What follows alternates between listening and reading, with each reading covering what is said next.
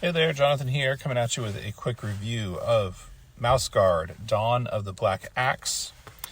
And the creatives on this one is going to be artwork by Gabriel Rodriguez, words and colors by David Peterson.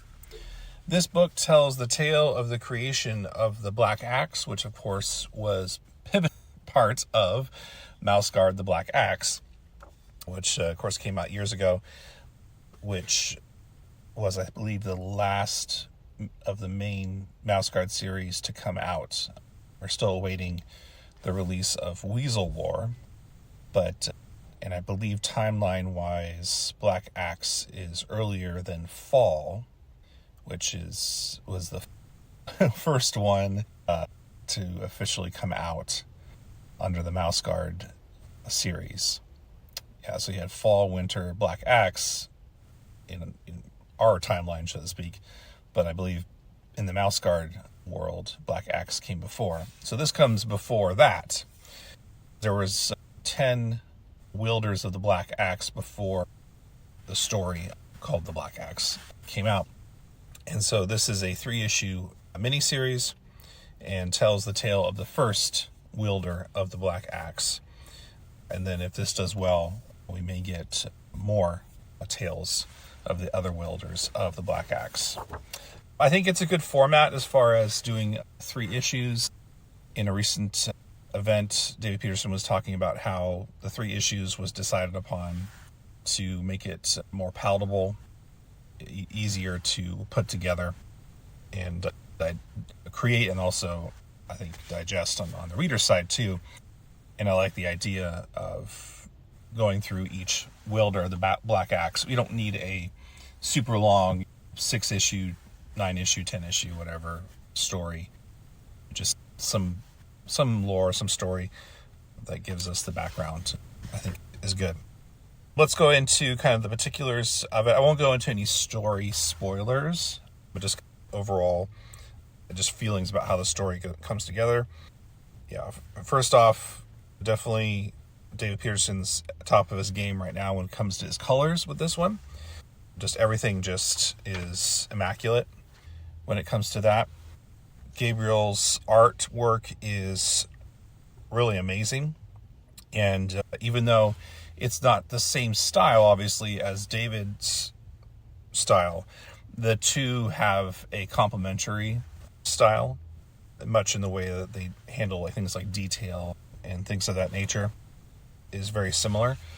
And so, although it isn't exactly the same, obviously, it feels very similar to what you would get from Peterson. Very comfortable, very familiar. Definitely feels like it could be a regular Mouse Guard book, so to speak. I'd have to put the two side by side to be able to really tell the differences between David's work and Gabriel's. And that's not a slight in any way.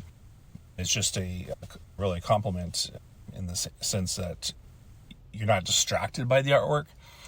It's not like you have, all of a sudden, you're reading a Mouse Guard book and you have some manga artist doing it in this totally different style.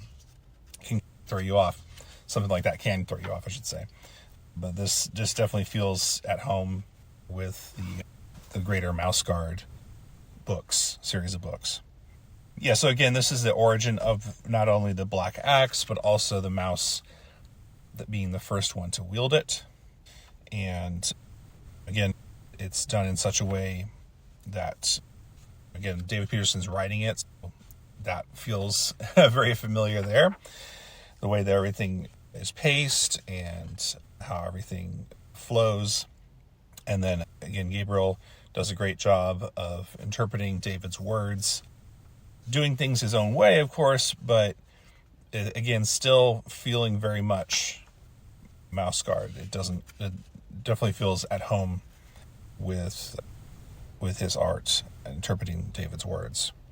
Of course, it's in the square format, which is somewhat unique when it comes to comic books, and there are certainly different opinions about how some people like it, some people don't. It's definitely unusual, but I think that kind of adds to the charm of the series. It kind of stands out that way. But yeah, so we have one thing I will say too is that even though you could say there's few words in the book, it's very much visual storytelling.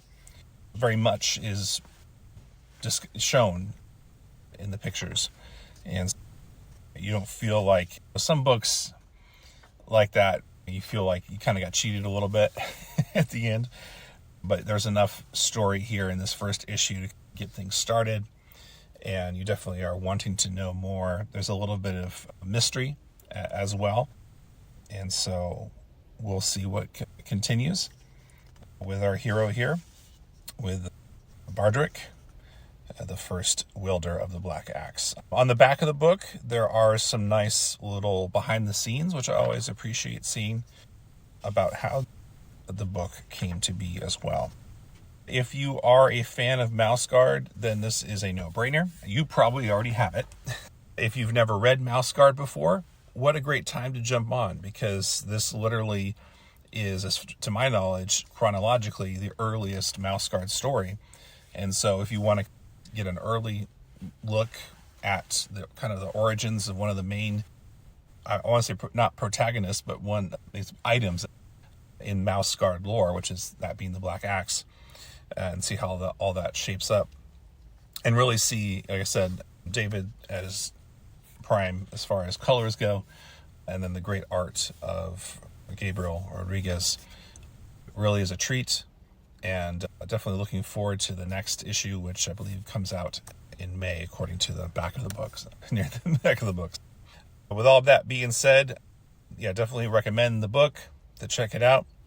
It's out now in comic shops. I've been Jonathan, and you have been listening to Comic Talk Cafe.